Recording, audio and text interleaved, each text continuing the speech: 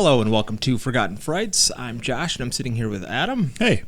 And today, hey. Sorry, that was me.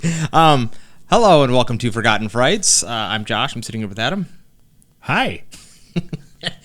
And today, is that how I do that? And today on the podcast? Yeah, I guess so. It sounds so like today on the podcast. I was like, hey, what? I just said that wrong. Like it wasn't you, it was me. Is this my podcast? Hello and welcome to Forgotten Frights. I'm your host, Josh. I'm not the host. Hello and welcome to Forgotten Frights. I'm Josh and I'm sitting here with Adam. Ho.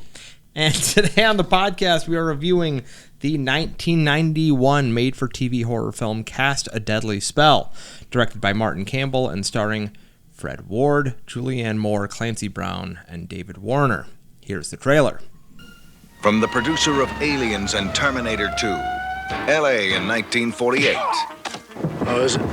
Bad. It's always bad. Something's coming, something ugly. Everyone wanted power. I'll be in my hands by Thursday. I'm attending a conference, and this volume is the key to my presentation. A conference that starts at midnight? Everyone wanted control. It's in the book, all right here. The promise, power, and the price. What price? You're gonna be dead, Lovecraft. And I'm gonna be on top of the world. That should settle things once and for all about who was smart and who was a chump. And everyone used magic. Black magic. The Necronomicon. Must be some book. Except Detective Lovecraft. Damn it, Phil, everybody's got to compromise. That's what I keep hearing. And what makes you so special? He's the right guy, I'm serious. And why are you wearing that hat? but it's the wrong time. Someone's throwing lesser demons at you, and you don't even carry a rabbit's foot. I can handle it. Well, I'm not worried about you, Phil. I'm worried about the people who might get in the way. He's got 48 hours to save the world. Or what's left of it. Phil, nothing in life's as funny as you think. Fred Ward. My collar may be a little frayed. Maybe I need a shoe shine. But nobody's got a mortgage on my soul. I own it. Free and clear. Cast a Deadly Spell.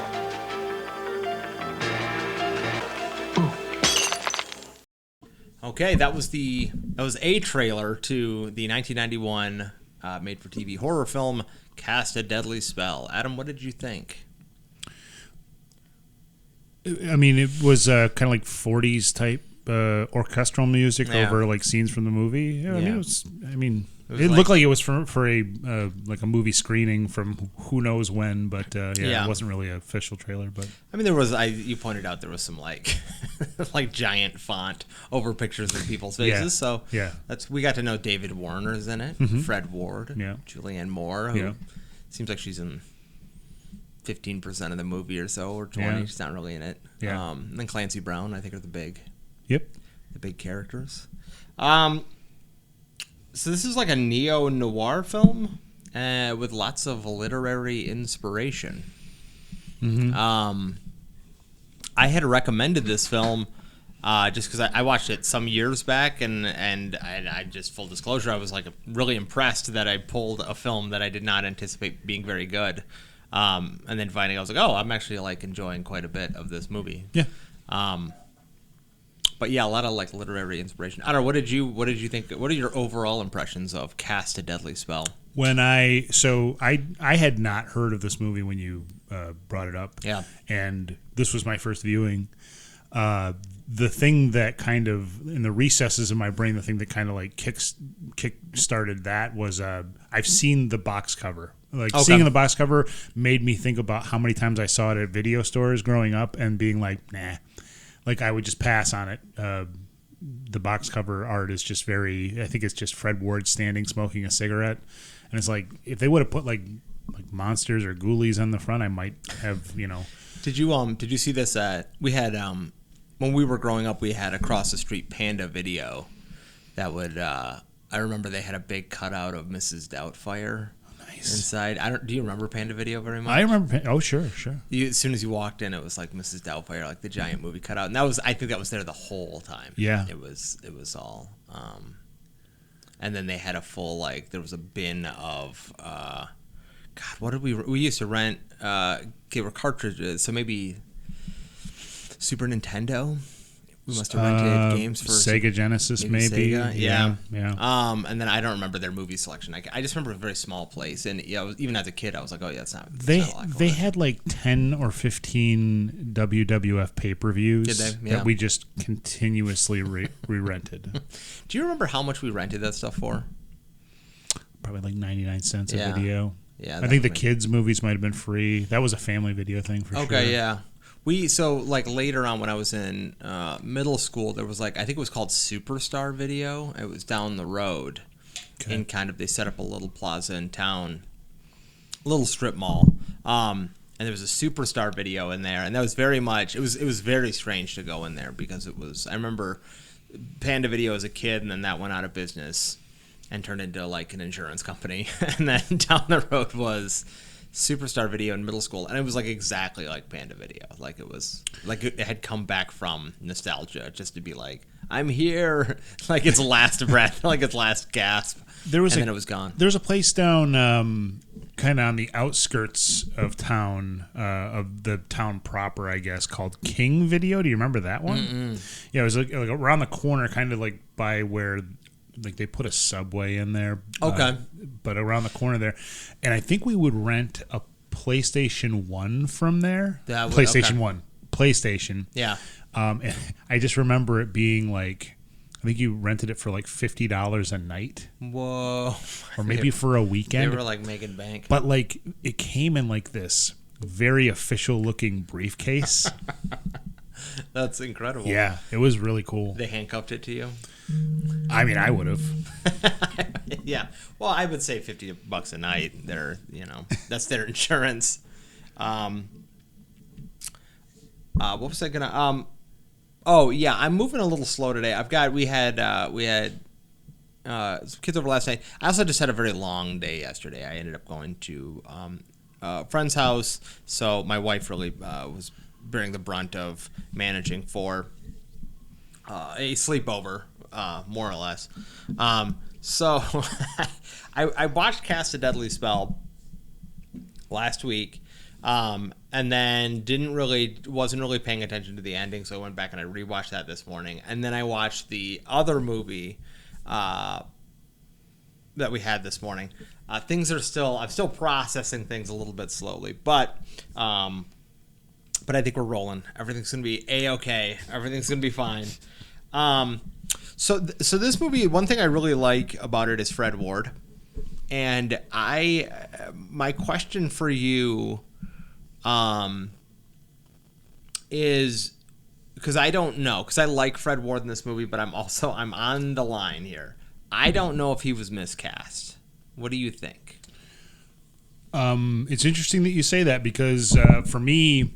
The two movies that I always equate Fred Ward with are Tremors, which obviously that's a big one, and then The Adventures of Remo Williams. Yeah, and in both of those movies, he played kind of not a dum-dum, but kind of a hapless guy. He's kind of what's going on. In this movie, he seemed a bit too put together, but I mean, I don't know if he was miscast. Yeah, he definitely had the speech pattern and everything for a 40s noir detective, I guess. He was smoking nonstop. He wouldn't stop. Yeah. Made me want a cigarette. I went to a white trash bash last night. Oh, nice. And I was there for not very long.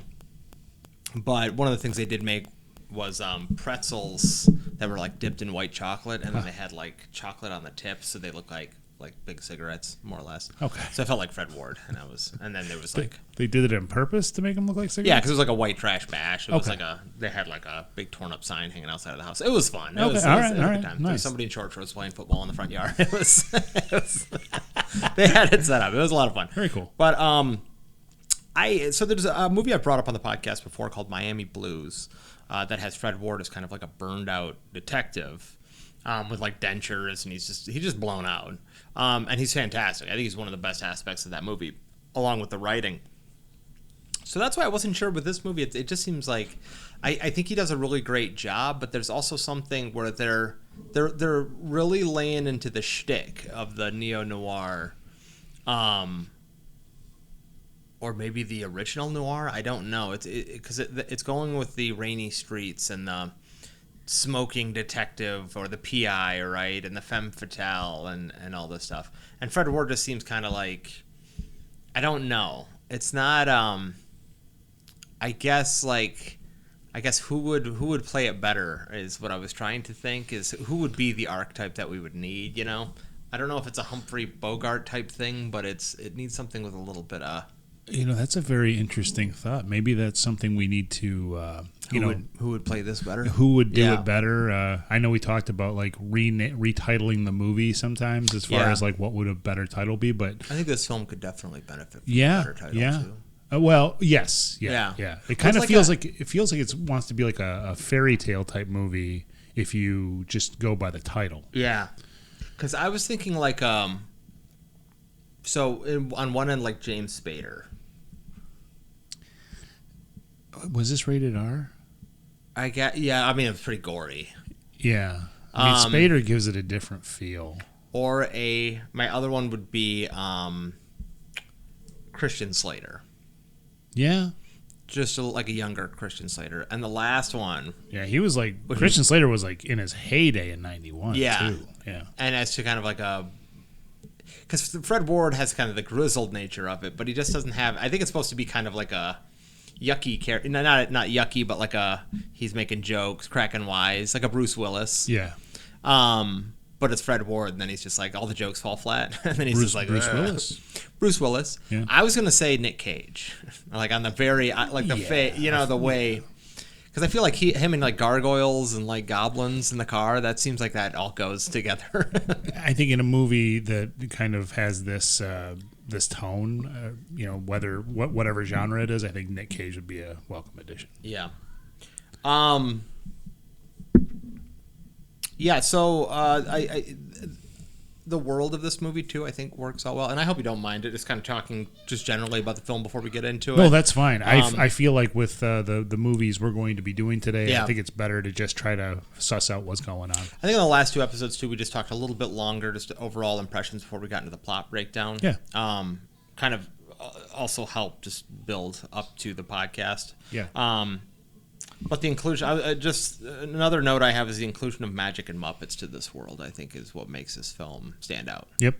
When the guy opens the hood to the car and there's like gremlins in there. Yeah. I think it's great. Yeah. I think it's like what a perfect. And then there's a whole scene where the gremlin's like showing his butt to the guy and the guy's chasing him around with the shotgun. He's like, you can't shoot me. Yeah. I think it's great. I think it's a welcome addition. And then just the magic aspect. I know it's cast a deadly spell, but they don't really need that, in the movie. It's a Lovecraftian film. It could be then again, I say it could be the Dunwich Horror, and that guy comes out of nowhere at the end casting spells, so.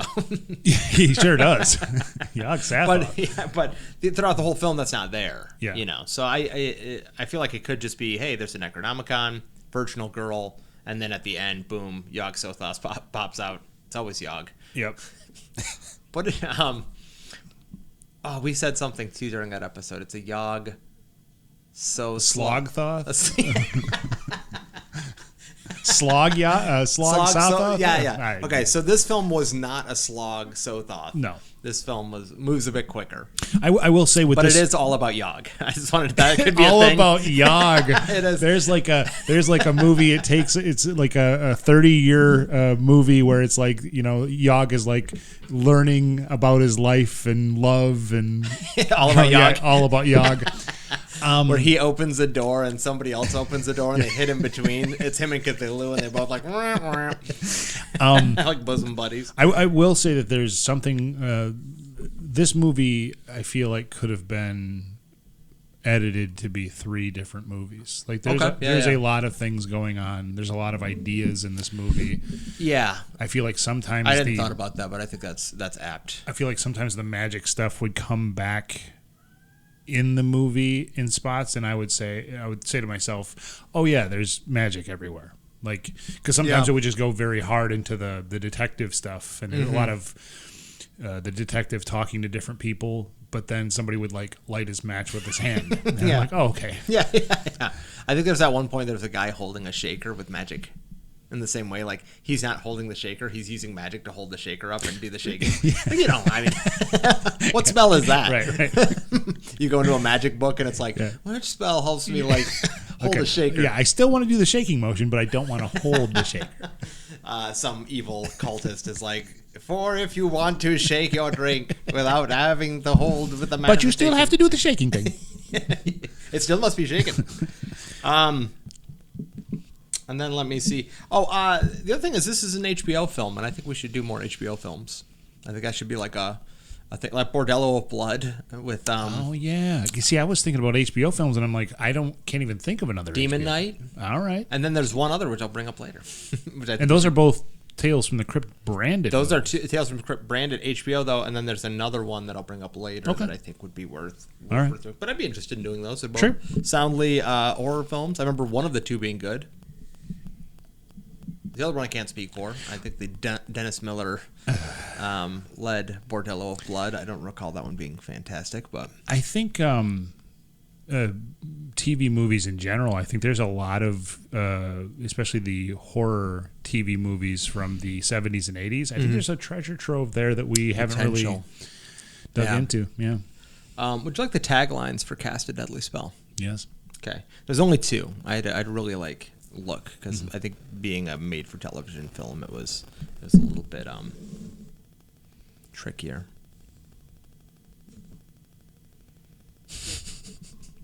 Nice try. I can't believe that worked.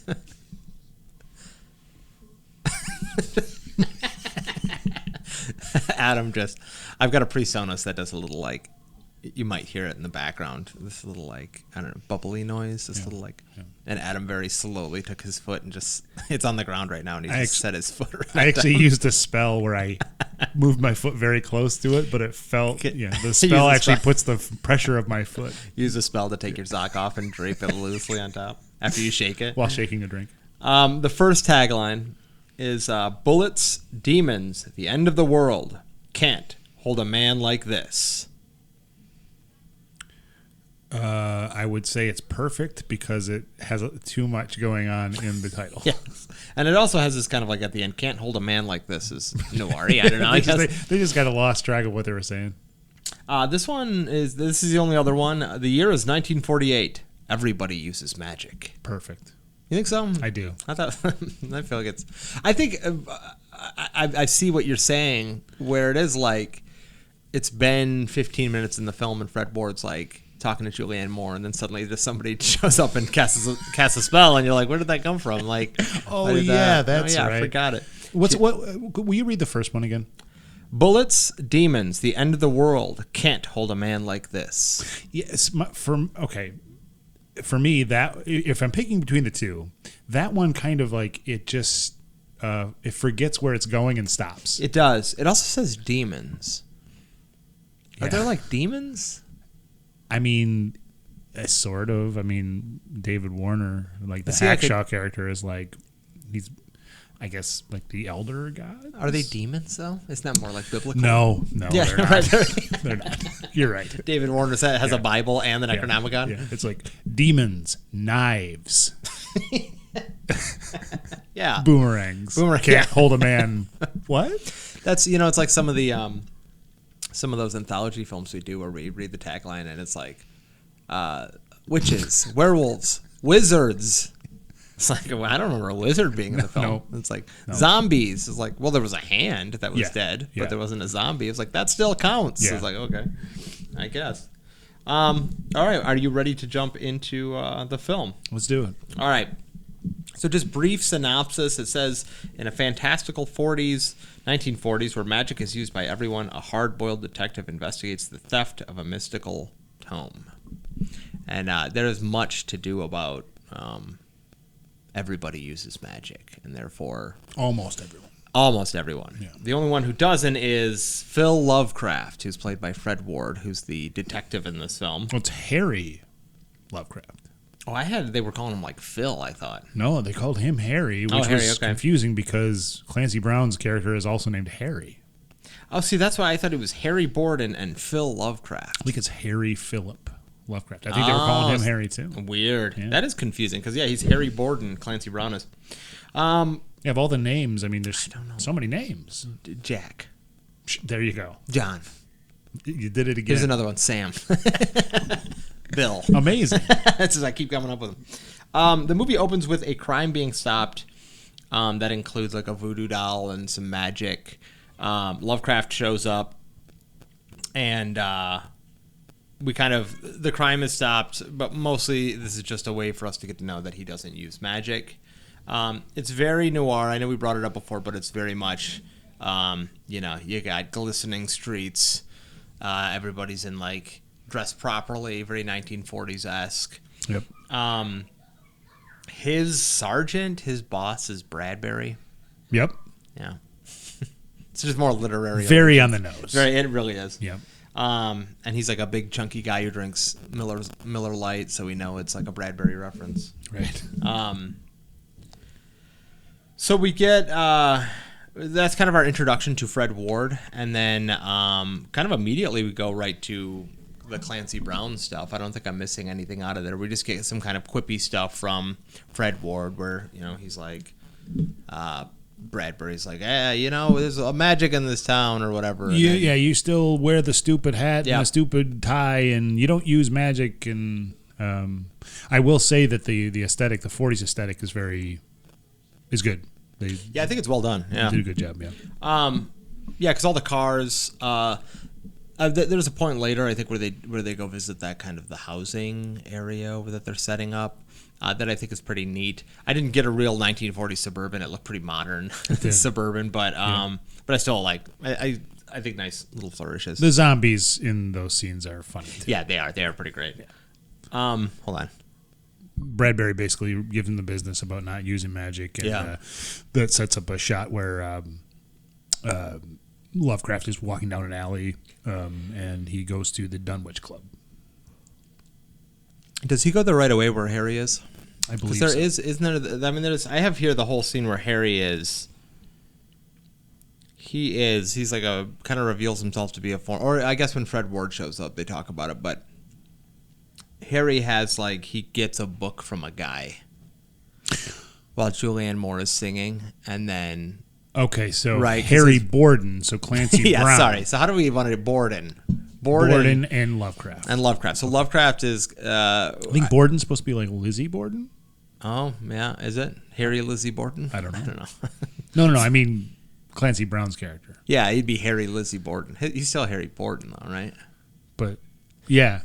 This isn't it? Okay. I'm just calling him Borden. Okay. Yeah, I know. All right. But we go to him because he gets that book from the guy, and then he gets it because he pays the guy like a big envelope full of money, and then his bodyguard and the zombie bodyguard go tail that guy. Yes, and the guy's name is Lockstetter. And Lockstetter. His little henchie is called Tugwell. Yes, Tugwell. But there's got to be something there, I'm sure, right? I forget which order it happens, but yes. Because he opens... Anyway, Borden opens the book, Clancy Brown does, that he bought from the guy, thinking it's the Necronomicon, and it's like a bunch of empty pages. Yep. Yeah. And he's mad, and he's like, oh, get this guy. Yeah. Because they give the Lockstetter guy money. Yes. In a briefcase or something, and he goes, and he's going to meet up with his girlfriend in a train station, but then he sees that Tugwell is trailing him, so he ducks into a bathroom. And I think this is one of the cooler scenes of the film. Yeah. The bodyguard who he's got one shorter henchman. I don't recall the guy's name, but he's like the guy in the white suit. That's Tugwell. Oh, that's Tugwell. That's his bodyguard? Yes. Yes, okay. Well, then they got the other guy, the big zombie guy. Yeah. Who reminded me, I don't know if it was supposed to be Tor Johnson from Plan 9 from Outer Space. It's got to be looked very much like that. I didn't even think about that yet, definitely. Yeah. But Tugwell shoots a fireball into one of the stalls that Lockstetter's hiding in. Yep. And he explodes out of it. And then Lockstetter tries to give Tugwell the money that he got from selling the book. Yep. And it turns out it's just old newspapers. Yeah, just all cut up. Yep.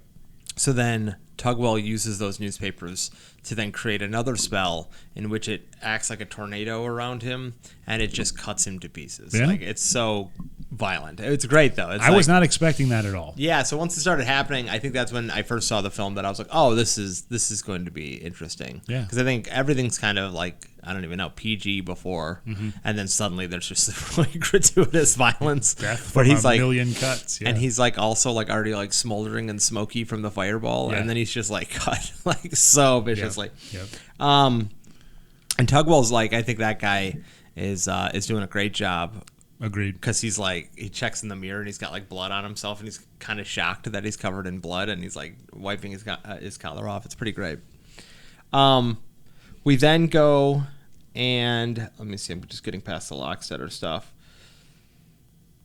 So now I've got that Lovecraft is hired by Amos Hackshaw. Is that what it is? Yep. Yep. And that's played by David Warner. Mm-hmm. And David Warner's been in a ton of great stuff. Yeah. Maybe worth bringing up now for all the nerds out there. But the game Baldur's Gate 2 for PC has a character, John Irenicus, which I think is one of the greatest villains ever written, put into any kind of medium. And he's played by David Warner. Yeah, he's got a great voice. And it's a great voice, and he's a great evil character.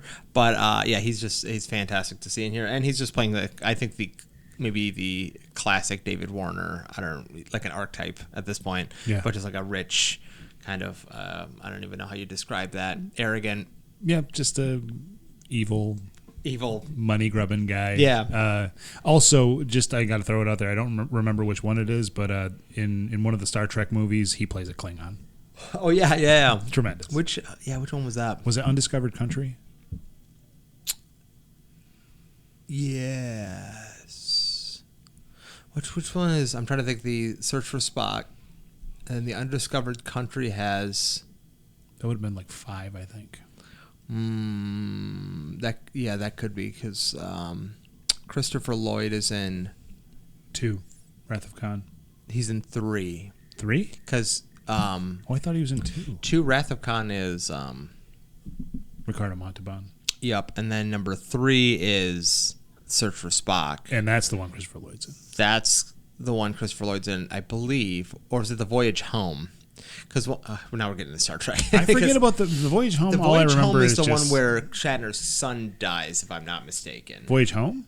Right? No, or Voyage Home is all about whales and Spock putting punks to sleep because they're too loud on the bus. So maybe he is. So Christopher Lloyd then would be in he'd have to be in number 3 because he's like the main villain. He fights Kirk while the planet's like exploding, and it's that Genesis. Yeah. No, but Genesis has Shatner and Patrick Stewart. Okay, we got to get into this. I don't know. Anyway, that's to cast the deadly spell. With the Star Trek podcast. Now we need to go. We have so many people who are straight up Star Trek nerds. We're just like, shut up. I have all the Star Trek movies on Blu-ray, and I just started watching the first one. The one with Patrick Stewart and Kirk is Generations. I was thinking Genesis, but Genesis would be the show. Genesis was the planet that they took Spock to, or where Spock landed. Yes. Yeah. Where he landed. Because then he was a boy. Spoilers, sorry. Yes, because they use a thing to restart the planet. Yes. And then Shatner's son dies. Yes. Or is killed with the Klingons. But that's Wrath of Khan. But Khan doesn't kill his son. I think Christopher Lloyd kills his son. Oh. Yes. And then at the end of that one, the planet's falling apart, and Shatner and Christopher Lloyd are battling in a hilarious duel. Sure. In a fantastic. One of the best fight scenes ever. Yes. The two physical powerhouses of William Shatner and Christopher Lloyd. So anyway, Amos Hackshaw, played by David Warner, he hires Lovecraft to go and to find the Necronomicon. Find the Necronomicon, and then is supposed to bodyguard his daughter? I think he brings up the fact that his daughter Olivia is she's like a shut-in, or a forced shut-in. He doesn't, we think that he's just a protective father, but we learn later that it's more than that. But she's 16 years old, and she's only I think they make the point that only virgins can hunt unicorns. So she's a unicorn hunter. Yeah. But she and Lovecraft are having breakfast at a diner. Is that where we're at next? That's a little bit later. Before the reason Amos hires him is because he doesn't use magic. That Lovecraft doesn't use magic. I just had some dialogue. David Warner says, "You don't believe in magic." Lovecraft says, "I believe it, just don't use it." Hackshaw says, "Why?" Lovecraft says, "Personal reasons." Hackshaw says, "And they are." And Lovecraft says, "Personal." It's a good exchange. Yeah. I liked it. But Olivia, is 16, hunts unicorns. She's a virgin. But then it begins to rain blood outside, and there is a gargoyle on the roof, who is just a great little monster. Yeah. Looks awesome. But then this is when Lovecraft goes to Lockstetter's old room to figure out what was going on there. Right. And then that's where he goes and he talks to the owner, whoever's running that house. What do they call those? Kind of a guy, like a landlord, I guess, but like a whatever, the renter. And the renter is like working on a car, and he like opens the engine hood, and there's like a little gremlins in there. It's very Muppety. Yes. Very Gremlins film, Spielberg. I mean, I would say like budgetarily, it was more like Munchies. Yeah, it was very much the Munchies. It was just below Ghoulies, but about on the Munchies. Yeah, side. I think it was on the Munchie side of things. Yeah. It was not a lot of articulation. Just what is the so Yog? It's Yog. Slogthoth? No. That's so. What do we say? That's so Yog. That's so. All about Slog. It's all all about Slog. All about Yog. This is all about Yog. This is all about Munchies. So then, so he goes and he finds like the slip to the Dunwich nightclub, which more allusions Dunwich from Lovecraft. Listen to our previous episode on the Dunwich horror film if you want more on Dunwich-related villainy. But this is where he goes to the club and he talks to Borden, Clancy Brown's character, and he sees Julianne Moore, who plays Connie, hit like an old ex-flame of his. And we get more Borden and Lovecraft used to work in the department together. Yeah. They were detectives together, and then Borden got sick of that and became like a crime boss. And then more of this magic stuff comes up, and Borden's just kind of like, why aren't you using magic? Everybody uses magic. It's the future, he says. And then Lovecraft, ignoring him, says, read any good books lately? Talking about the Necronomicon. And that gets us into where he leaves, and Tugwell, Borden's bodyguard, says, oh, he knows about the book. I better go take a walk. Meaning, we're going to go kill Lovecraft. Yep. Then they're at the diner. They're at the diner. Meaning Lovecraft and Olivia. Yes, a lot of names going on. And in this Olivia, episode, Olivia is she's so geeked to be out of her house. Yes, she's just like she's really enjoying, And she's like a precocious 16-year-old who wants to be like an adult and very flirty with every guy. Yep. Yeah. And then Julianne Moore is also a singer at the. Yeah, and we get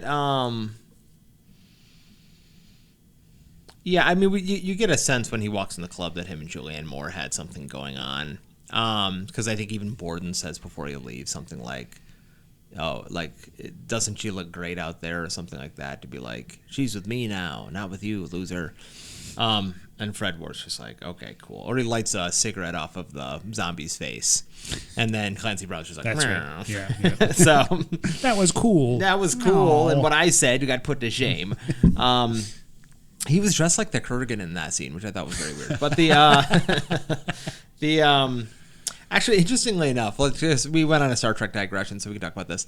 Clancy Brown, there was an interview with him where he talked about playing the Kurgan in Highlander, and how he thought the Kurgan should be like, instead of like a heavy metal dude, he thought he should be very like debonair and have like a top hat and like a cane, and should be very like well spoken, to like go to play against the fact that he was a barbarian, that now in the future he would be more like well read and like very intelligent. That was kind of like the thing he was going for. And then I forget the director's name of Highlander, but he was like, no. I mean, you're gonna be butt naked with a sword. And he's like, all right. If he was, I don't know about the top hat, but if he was like well dressed and he was just like he was just trying to keep that together, and you could see him, the barbarian, just underneath. Yeah, that could be interesting. But him dressed like the monster in Young Frankenstein seems bad. Yeah, I think it's like a bad white gloves. I think it's just a bad idea in general. I think it's pretty like I don't think Clancy Brown really understood. Clancy Brown, you're a great actor, but you need to just stop giving us ideas. No more ideas from you. What if he's obsessed with money? All right, go sit down. What if he's like a really abusive prison guard who's bad with taxes? So yeah, okay, so yeah, we also get like a cut where like Lovecraft goes to find, like he sees Connie in his office and then she disappears because it's like alluding to that he's like still misses her or whatever. But that also could be magic. It also could be magic because he was holding that shaker above his head without touching it. Yeah, there was a whole thing there. He was sweeping the floor without touching the broom. So then he falls asleep, wakes up. They're in the diner. Yes, okay, yeah. Yes, now we're in the diner. Yep. And Tugwell shows up while Olivia and Fred Ward are talking and writes some like symbols on a sheet of paper. He's writing runes on like a napkin. Yep. And then pays the restaurant owner like $20, and then it's like deliver these symbols. Yeah. But like the restaurant owner also knows like he's like willing to kill people for $20. Like that seemed like not a lot of money. It's like a tip, you know. Right. So then he delivers the runes to Fred Ward and is like, "Oh, see you later," and then like runs out. And Fred Ward like looks at it and then gives chase to just the back of the restaurant. Mm-hmm.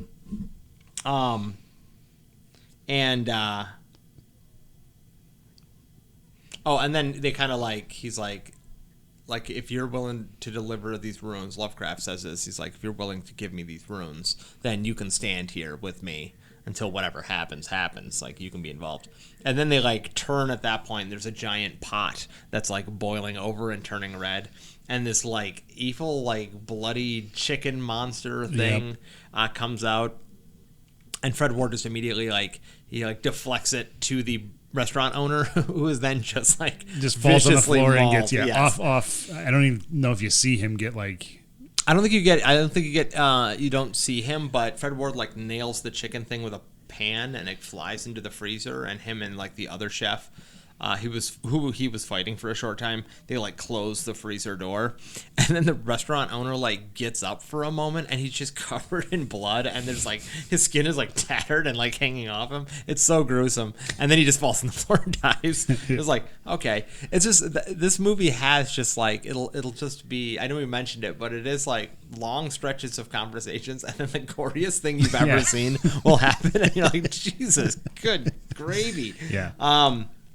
Yeah, just that the big stock pot on the stove also made me think of I think the movie's called Sleepaway Camp. Yeah. And in that movie, they establish it a couple of times before the kill happens, and I won't give the kill away just in case we ever watch the movie, but there's a stock pot on the stove that is human sized. Yes. Like this is like you have to get on a step ladder. This is like the Curse of Frankenstein with the human sized vats of acid. Correct. I believe isn't that James Earl Jones' dad?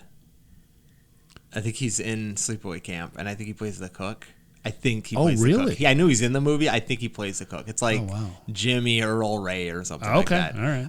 But I do believe he slaps the side of it, and he says like "good girl" at one point. That giant. Okay, I want to watch this again. I think we should, because it's got wonderful little moments like that. So then at that point, Olivia and Fred Ward leave the restaurant, and let me find here.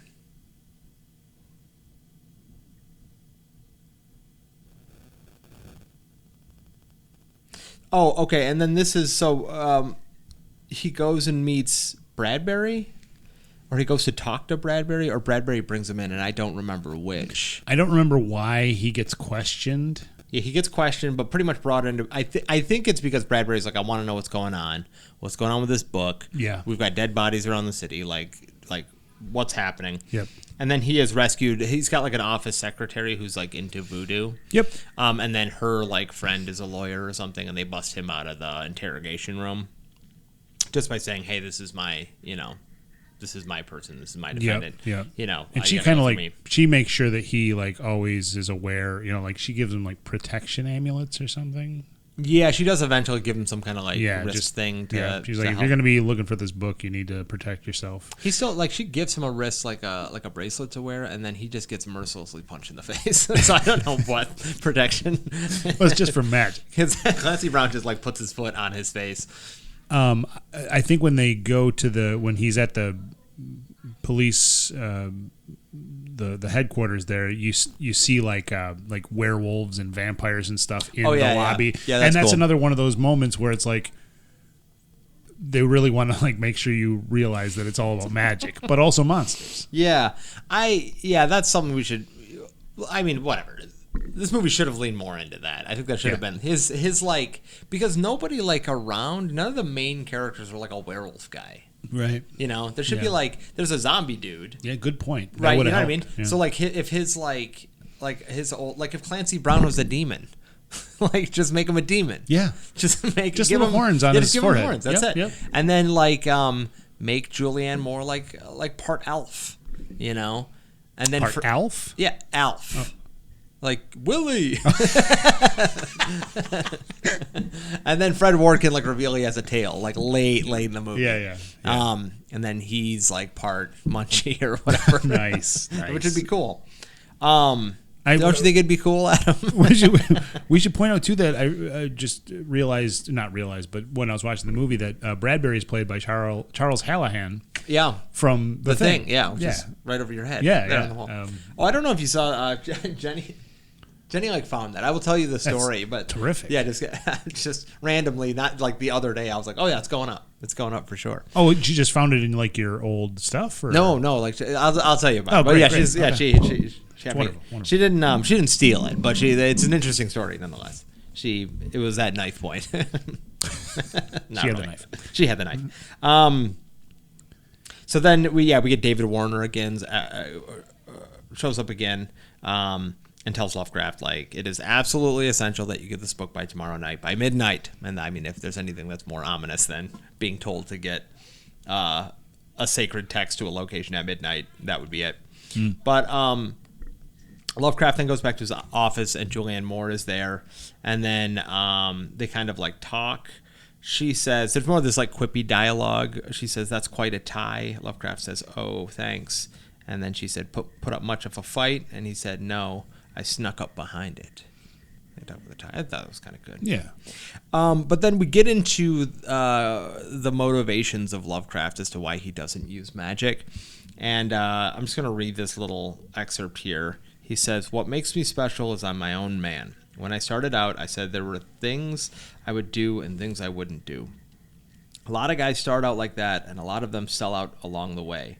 But the more who fall, the easier it gets. See, look, everybody compromises, everybody cheats, everybody uses magic.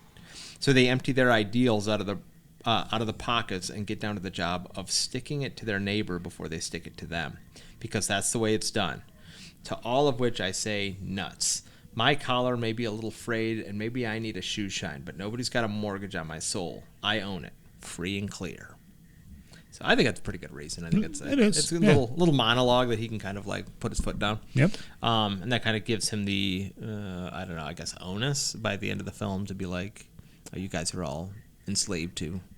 It's all yog. It's all yog. It's all about slog. It's all about slog for you guys, not about me." So then Lovecraft talks to Connie in the morning about there's some I didn't catch the real estate connection, but I think she not reveal to him that he needs to go check out some real estate up north or something. Yeah, I didn't catch that either. Anyway, he goes from there to the real estate. I say real estate place, but it's a housing development. Yep. For like houses suburbs. are being built. Yep. And he shows up and all the houses are being worked on by zombies. Mm-hmm. And I think it's I'm glad you said something, because I wrote down that I was like, there's there's 3 zombies put up a wall and they turn around and walk away and the wall falls over and like hits one of the zombies in the head. I don't know if you saw that. It did not look like it was done on purpose. No. It like hit the zombie in the head. It was like the old Buster Keaton thing. Yes. Yeah. But 2 of them made it. The one in the middle did not. One I hope got paid out. And then there is one of them just falls forward in like wet cement and lays there. I think it's pretty great. There's some good stuff. There's one who kind of looks like Paul F. Tompkins there's Fred Ward's kind of like in the foreground with real estate, whatever, suburbs housing lady, and then right in the background there's like a heavier set zombie with a mustache and like a wheelbarrow, and he just comes up and he looks like he's like wasted or something, like he's gonna fall over.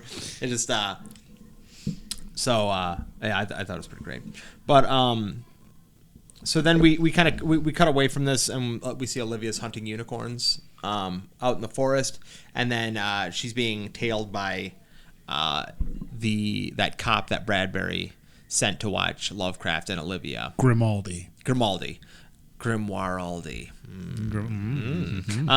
And she like almost shoots him with an arrow, and then she's like, "Oh, I hope everything's okay." And then she's like, "I'll take you, and you can have some brandy at my house, and I'll take I'll see to it everything's good." Grimaldi is a detective like he's in his 20s. Yes.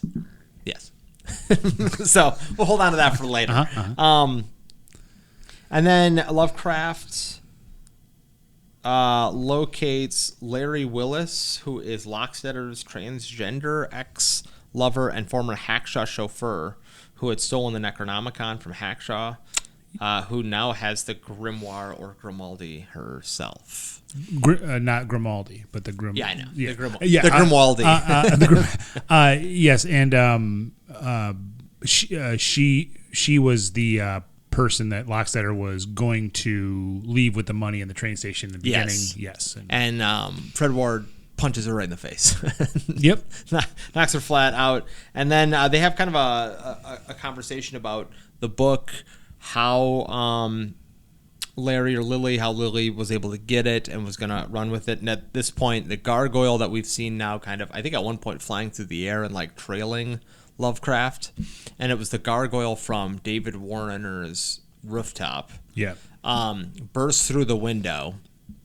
Lily falls on the chair and like starts screaming, and the gargoyle just runs forward and puts its fist through. It's a nice cut because it goes to the back of the chair, like over the shoulder, and then down a little bit, and you see the gargoyle fist come through the chair in this big like gory mess. Yep. Bravo. It's another one of those like you've been speaking about, where it's like just out of nowhere. Some things will just it'll just be detective noir stuff, and then all of a sudden the goriest thing you've ever seen. And I think that's probably Clancy Brown was like, well, if I didn't get the the suit and the top hat, here's some ideas on gore. But then Fred Ward grabs the Necronomicon, and then he's like shooting the gargoyle, and then the gargoyle like stops and puts its hands on its hips and is like, what do you think you're doing? It's just kind of, I don't know why they did that. I thought it was kind of dumb. But and then he kicks it in its nards. Yeah. The gargoyle's got nards. I think that the gargoyle being like, really, like, is it that much stranger than Munchies? Oh, I guess the Munchie like sticks its butt out earlier in the film. Yeah. I feel like there's just like maybe it's still like I think it still counts as like tonal inconsistency, because there's really only like 2 examples where the monsters are like, I'm going to show you my butt. Like, that's just not really. Yeah. Yeah. But then the soup pot monster is very. Mad. And then some of the magic is just so graphically violent, and then suddenly it's just like, hey, look at my cheeks. It's just, I don't know. It just seems if the soup pot monster would have done like a little hula dance before he devoured the guy, then it would have been more in line. A movie we should definitely do, Dead Heat, with Joe Piscopo and Treat Williams and Vincent Price, and so everybody and their mom is in that film. That movie, I would like to rewatch it, because what I have in my brain is that movie balances the horror and the comedy, where most of the comedy is just in the dialogue. It's the things they say to each other. Joe Piscopo's little quips. Treat Williams becomes a comedian in that film at some point, and so they start quipping. And it's fine. Like, it's not, like, the greatest, but it's still, like, that's what... But then the horror is literally all of the physical. Everything that they do, the horror is there. So they're just blowing away zombies. There's, like... At one point, there's a giant, like, it's like the carcass of a cow in a butcher shop, like, comes to life and starts attacking Treat Williams. And so all that horror is there, but it's all saved for the quips. This movie has, like, a munchie showing its butt, a gargoyle putting its hands on its hips, and then it also has nards. Like, it just... Yes. But then it also punches a hole through a person who's sitting on a chair, and then a man is viciously cut to pieces by... newspaper, and there's so much blood. There's blood everywhere. So it's just, I just feel like there's some little... Yeah. And then on top of that, you also have Fred Ward, who's like giving like quippy dialogue. Right? It's just, I don't know. It just feels like this little... Yeah. There's a lot going on. It's multiple movies, as you said. I think there's a lot there. I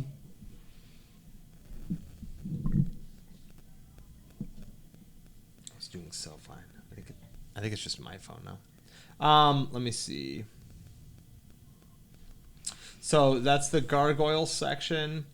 Okay, and then we get to, after that, Connie meets up with Lovecraft, so Julianne Moore meets up with Fred Ward in like a hotel room, and that's where it's revealed that she double-crossed Fred Ward, Lovecraft, and she called Borden, Clancy Brown, to show up and like get the book and all this stuff. And then for reasons I'm not sure why, he has Tugwell killed. Borden does. He has his zombie bodyguard hold Tugwell upside down and dunk his head in water and drown him to death. Yeah. And I don't know why he did that. I'm not sure either. Insubordination, maybe. Yeah. I don't know. Maybe he failed to kill Fred Ward. See,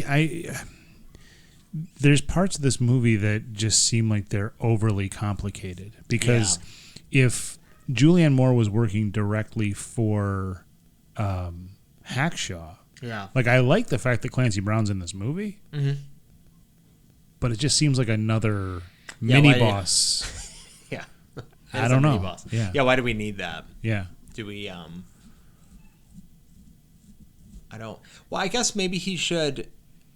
Yeah. Yeah. Because he should be like he should work. There should be maybe not should, but there could still be like a Clancy Brown type character underneath Hackshaw, who's like a demon, but he's not like his own mob boss. Yeah, like he could have been Tugwell. Yeah, you could have like a Tugwell and a zombie. Clancy Brown killing people with paper, with the paper cuts would be good. I think so too. Yeah, but then you have two competing things now, where you have a crime boss, and then you also have David Warner, who's a book collector. It's just, I don't know. Yeah, I don't know. I guess I don't know. One thing I was going to say about this too is it's always interesting to me when you have a villain who's so evil he's willing to kill his best men because they failed him. When I was a kid and I would play action figures, I always had my villains like turn around and like kill one of his henchmen to show how evil he was to me as I was playing. And I always think that's so interesting because that's not just like me playing a game. That's in a lot of movies where a bad guy turns around and he like shoots somebody the Batman. That's the one I thought of. Yeah, so I mean that's like, but that's like ultimately that's the dumbest thing you could ever do as a villain, is like kill the most capable person, you know, or just like think of if you like worked in an like at your job, just your boss turned around one day and killed the second in command, and then he was like loyalty from you, right, like you would be like no, like I don't want to be that. I don't want to be that guy. I just think it's very strange. That's all. I just think maybe your first thought though, as far as like showing how evil the person is. Yeah. You know, this is before television shows that had like 6 seasons. To like flesh out these characters. It was quickly. How it's a 90-minute movie. You got to show how evil the person is. He's so evil he'll kill his best friend. Yes. Who's also his best employee. Never misses a day. Works overtime. Absolutely. And Tugwell's willing to. He's got magic. You know, everybody's got magic. Well, everybody's got magic, except for Lovecraft. That's right.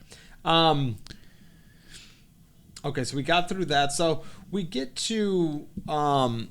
we find out that they're going to use the book to raise all about Yogg from the depths of whatever. And they're going to do that at the housing... I don't know what do you want to call it, the housing development area. So they drive Fred Ward and Olivia, who's a virgin. They need a virgin to raise Yog from beyond. So Clancy Brown brings them to the housing development. David Warner, it turns out he's like actually evil and he wants the book so he can take over the world. But he's also going to allow Clancy Brown to rule part of the world for his help. Yep. I don't. Yeah. And then at that point, Julianne Moore is there as well because she double-crossed Fred Ward, and she shoots Clancy Brown, and then the zombie comes over and like breaks her hand, and then David Warner like uses the book to raise Yog-Sothoth, who then grabs Olivia, and this works pretty quickly. It sounds very complicated. I think it makes more sense when you watch it. It just moves quickly.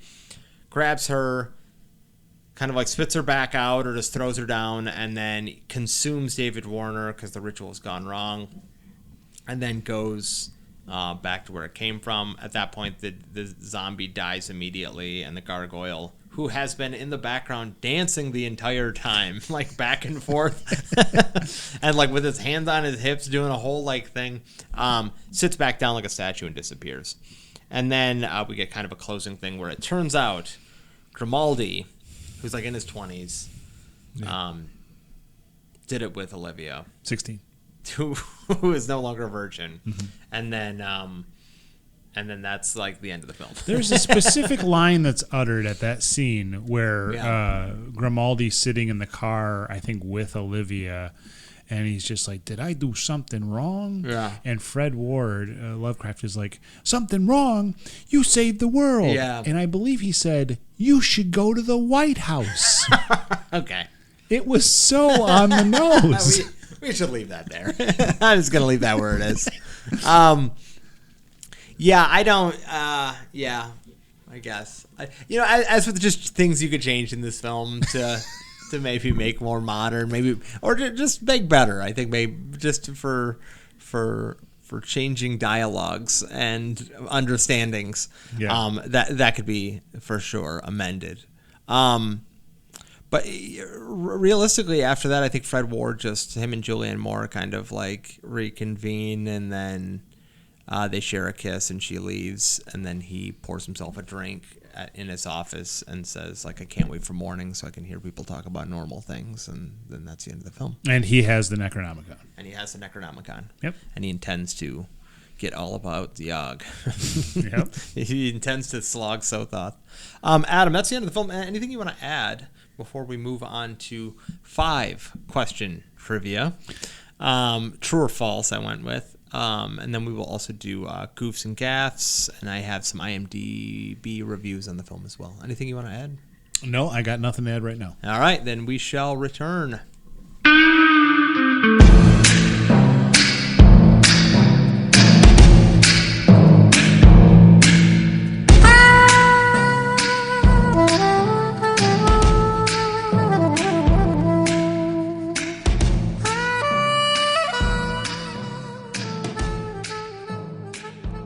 Hello and welcome back to Forgotten Frights. I am Josh. I'm sitting here with Adam. I'm Adam. We are about to get into the 5-question trivia, true and false, for the 1991 film Cast a Deadly Spell. Adam, are you ready? I'm ready. All right. Question 1. The initial script was written under the title Cthulhu Mythos. True or false? False. Adam, you got number 1 correct. Nice. It was false. The initial script was written under the title Lovecraft. Okay. Number 2. Roger Corman, in some way, shape, or form, is involved with this movie. I'm going to say true. True is correct. Gail Ann Hurd, who produced the film, worked under Roger Corman at New World Pictures, so she was confident she could get the film made for a smaller budget, $6.2 million. So she cited Roger Corman's work ethic and ability to get things done cheaply as like the inspiration to be able to do Nice. this. Number 3. The movie was critically panned when it aired on HBO. I will say it was critically panned. That is false. It was actually praised for its storytelling and its effects and just kind of general atmosphere. It was a well-received movie when it came out. All right. You currently have 2 out of 5. 4. This movie spawned a direct sequel.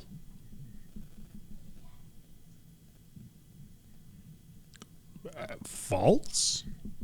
Incorrect. It's true. It did. Whoa. So this is the other HBO film we definitely need to cover. It is called Witch Hunt and stars Dennis Hopper. It's a direct sequel? Yeah, it takes place in the 1950s during the Second Red Scare. And as described by Wikipedia, the magic is substituted for communism, which I don't know what that means because when I read the synopsis, it looks like there's plenty of magic in the film. But Dennis Hopper plays Lovecraft. Wow. He's just like older. All right. Yeah. So I think it'd be worth it to watch. Yeah. Just a continuation of the story. And lastly, so you're still at 2 out of 5. The gargoyle on the roof has a few credits to its name.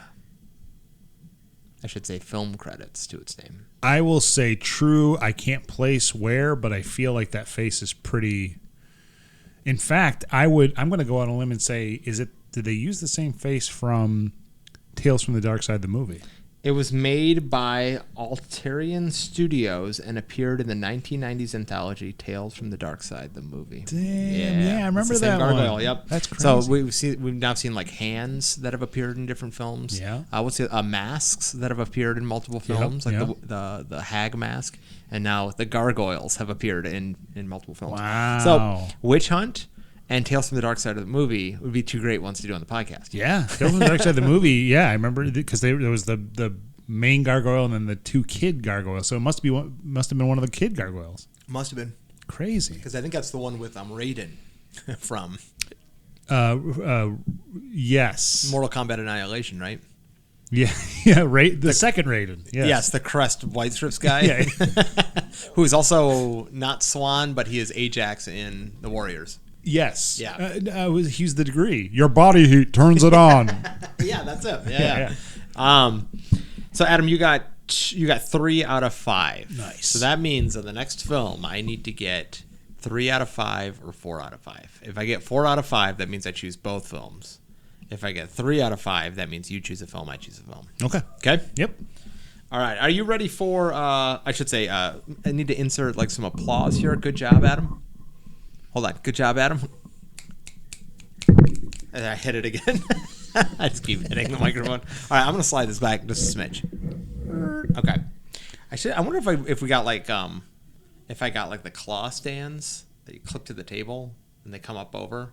Maybe that'd be a little bit better than just punching the crap out of the... I don't know. I kind of like it. Add some ambiance. Maybe before the next movie, we can wrap them around a little bit more. Okay. And just so we don't have to like, hey, this is... I don't know, we're swinging our arms so much, but... all right, so let's get into gaffes that I have stolen from IMDb. Some of these are just like this thing disappears. More kind of a rewatch for people who haven't seen it that want to check it out. This one says possibly intentional. The handwritten spell that leads to the creation of the oatmeal monster, which is what they call that chicken thing in the diner. Okay. Written by Tugwell, varies every time it is shown. Even the kind of paper seems to be different in some shots. Most strikingly, it varies in handwriting style, boldness of the ink, and the nature of the characters. In some shots, the third character looks like a Greek delta, while in other shots it looks like a D. Another letter shifts from A to a C to an E and back again. The character named Lovecraft calls them runes, but generously speaking, no more than half of the characters could possibly be runes themselves. All right, I like that. Interesting, because apparently some of them are just Greek letters. Yeah. So maybe not unless you're like, Greek is witchcraft. At about I believe this is... at about an hour and 15 minutes into the film, Borden gestures Lovecraft out of the backseat of the car. He has a 1911 pistol in his right hand. The sound of the hammer being cocked is heard. However, the hammer on the 1911 is still down. A 1911 is a single-action pistol and can only be fired with the hammer back. As a former LAPD officer, Borden should and would know this. But he didn't because of the movie. Yeah. During the red rain, the gargoyle on Hackshaw's roof is pelted with rain and the hooks of its wings jiggle as if made of rubber. But we later see that his flesh can withstand Phil's gunfire. Also, getting kicked in the groin affects him, though he has no visible testicles and the rest of his body can withstand gunfire. I'm pretty okay with not being able to see visible testicles. I think it's just low and swinging, just gravelly balls. Elephant skin. When the zombie falls at the end outside the housing development, the ceiling of the soundstage can be seen just above the roof line of the houses. Nice. I would like to. I'll probably end up watching this movie again. I'm going to be looking for it. Okay, those were the gaffes. I now have IMDb viewers, the 1, 5, 10. I'm starting with 10 star and working down to 1 star. Is that how we want to do it? I'm dealer's choice. Okay. I'll start with a 10. This is a review by All Night. The title is Wonderful, a film noir-styled fantasy horror comedy mystery. This is a fabulous movie. It is done in the film noir style of the 40s and stars Fred Ward, David Warner, and Julianne Moore. Fred Ward plays Detective Harry Philip Lovecraft. So many names. The names of the characters in this film are homages to writers of the fantasy horror genre, who is an honest cop who has quit to become a private detective. In a world where magic is both common and easy, Lovecraft refuses to use magic. Any magic. David Warner is Amos Hackshaw, and Amos hires Lovecraft to find a book that was stolen from him. A little tome or esoteric magic called the Necronomicon. It's fun, funny, impressive, well acted, and a blast to watch. 2 thumbs way, way up. 5 stars. What else can I say? That's out of a 10-star review. What more can I say? 5 more stars. Yes. 5 stars. Times 2. The 5-star review, which is 2.5 on our scale. Apparently. Reviewer is Prismark10. Title, A Monster Mash. Ooh. Cast a Deadly Spell is a hybrid, hard-boiled film noir horror comedy. That kind of gets into what you were talking about with like the multiple types of film. It's a hybrid, so it's a hard-boiled noir horror comedy. Yeah, it's like when you find music that's like astronaut grindcore. It's like, what? Yes, it is. Yeah, it really there's is. a lot going on. So it's directed by Martin Campbell before he reinvented the James Bond films twice. I don't know what that's about, but I should maybe directed films. Maybe it was who was Pierce Brosnan. Maybe he did the Pierce Brosnan films. Yeah, maybe he did that. Could he have done like The Living Daylights with Timothy Dalton? Timothy Dalton? I don't know. If he reinvented, I would imagine it was Pierce Brosnan. Okay. Although the tone is all over the place in this made-for-cable movie... that's the second part of that. Although the tone is all over the place in this made-for-cable movie. In an alternate reality, this Los Angeles is 1948, has magic and witchcraft. That's worded weirdly. Werewolves, vampires, goblins, and unicorns roam. There was a vampire lady who was in a jail cell. In the police. In the police, yep. There was a werewolf being interviewed. Yep. And then goblins, or those must be the munchies. Yeah. I think they were gremlins. I think they said wait a minute. Then he says there are gremlins under the car hood. So what are the goblins? So he's making a distinction. There's gremlins and goblins. He's unreliable. I don't know. It does look very good. Wizards. Yeah. Wizards. It does look very good, and some nifty use is made of the studio settings. However, the novelty runs thin very quickly. Outside of the magical world, it has all the tropes of the film noir. A femme fatale who has her own agenda, a sweet 16-year-old virgin. His former partner, Harry Borden, is now an underworld big shot with a zombie bouncer. I'm sure that even Amos cannot be trusted. A simple gimmicky story which might have benefited from more tongue-in-cheek humor. I guess that's kind of what I was getting at too. Is that maybe it just maybe it just needs the dialogue needs to be funny, or the monsters just need to be funny, or something just needs to be. They need to make a choice because they're kind of trying to tonally, like you were talking. Yeah, they're dipping their toes in a few different worlds. Yeah. All right, and a 1-star review. I feel like that 5-star. I feel the same way. I think so too. I think that one's pretty to the point. I think this is kind of I would say it's better than a 5 out of 10 movie. I think, but it's honestly not by much. It's probably like a 6 or 7. It's very interesting to watch. I would recommend this movie to a lot of people. I think it's kind of a fun film. Yep. But anyway, a 1-star. The 1-star review is from reviewer Get the Damn Bell. Title: Cast a Deadly Smell. This one. Coming not. Get ready for this first line. This one really stinks. Oh, boy. At least I only wasted 49 minutes, and it was on HBO Max, so no cost to me, but goodness, what a bad film. Some great talent in the film, but the production value sucks. It was probably produced by a studio executive's girlfriend. It's that bad. That's the review. Does he or she get HBO Max for free? So no cost to me. Yeah, they must. There you go.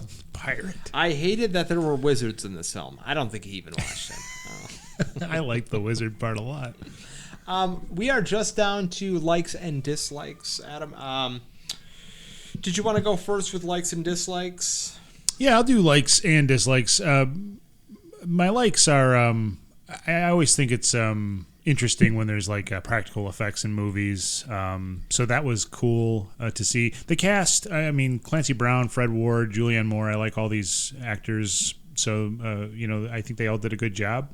I think everybody in the movie did a good job, but it was... There were times that I was confused, not really knowing who they're talking about. There was just a lot of stuff going on. Like this probably could have been 2 different movies at least.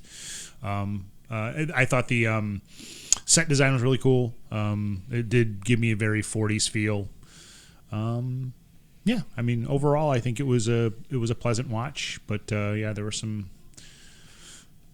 It took some doing, following it. Yeah. Yeah. No, I think I agree with that. I think I was really impressed with it because I expected so little out of it when I first watched it. And then viewing it a second time and still like having a pretty decent experience, just being like, oh, this is kind of like, I still think the practical effects look good. Mm-hmm. I think the gargoyle looks good. Nards or no nards. I think it's totally fine.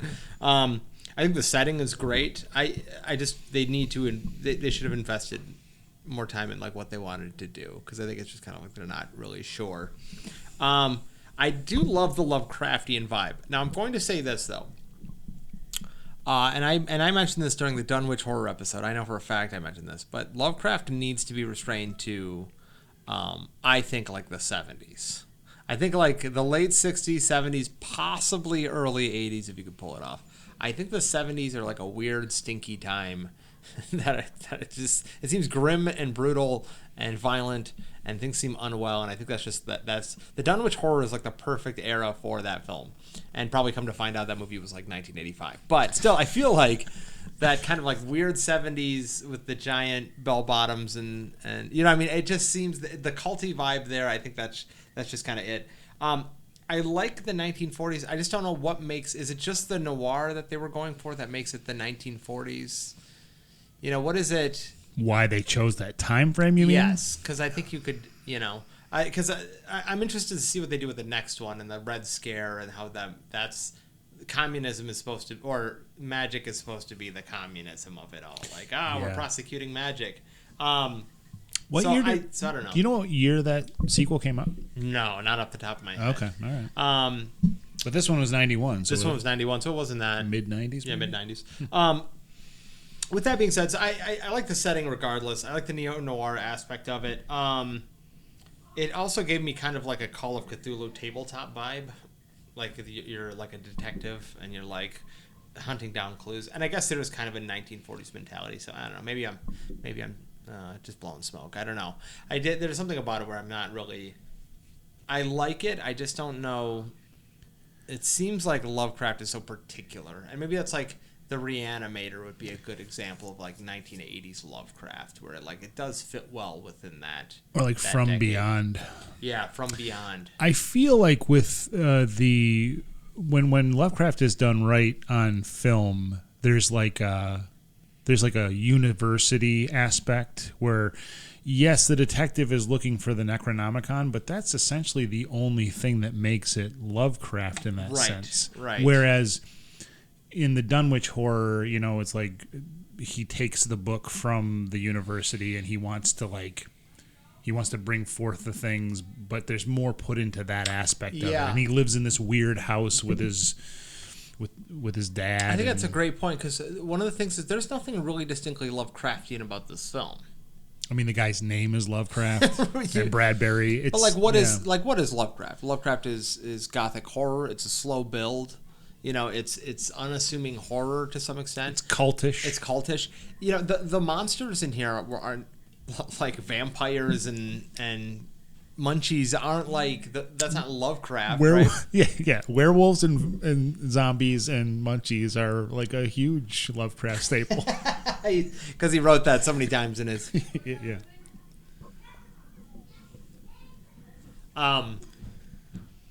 Because like the oatmeal monster should have been like an amoebic blob that's covered in eyeballs. Yeah, you know what I mean. Yep. Like the zombies, I guess, because Reanimator, but like, shouldn't those be like some kind of like horrific monstrosity or something? Like the zombies building the housing development should have been like fish people. Yeah, so the bodyguards should be like fish people. Yeah. They should be like, weird, like, but instead they're like, it's just zombies, werewolves, and then like the Necronomicon's there. Yeah. It's like that Friday the 13th film. Is that Jason Goes to Hell?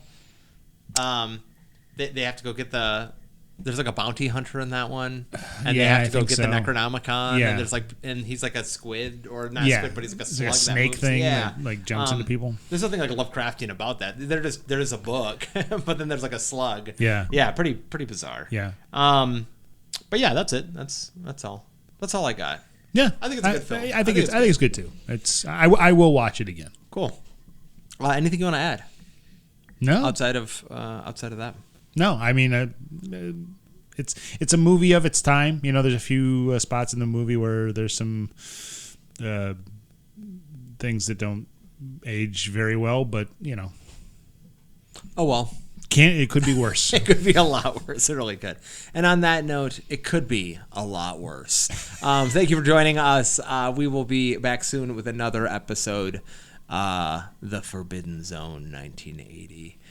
So with that being said, good night and good fright.